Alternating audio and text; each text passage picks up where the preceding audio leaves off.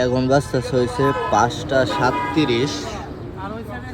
আর এখন অবস্থান করতেছি বাইপাস। মানে দেশের মধ্যে কি একটা অবস্থা শুরু হয়েছে।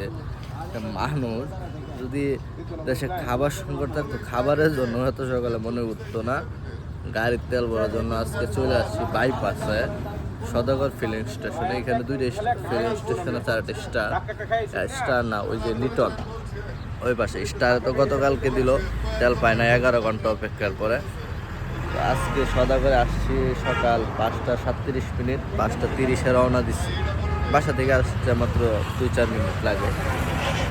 এখন আজকে দেখি এইখানে অপেক্ষা করার পরে কি হয়, হয়তো বা তেল পাইতে পারি। আজকে একদম সিরিয়াল কম আছে, আমি দেখাই। এই হচ্ছে সিরিয়ালের অবস্থা, মোটামুটি কমই আছে বলা যায়। এই যে পাম্প, ওই যে সামনে প্রাইভেট কার, এখানে পাম্প।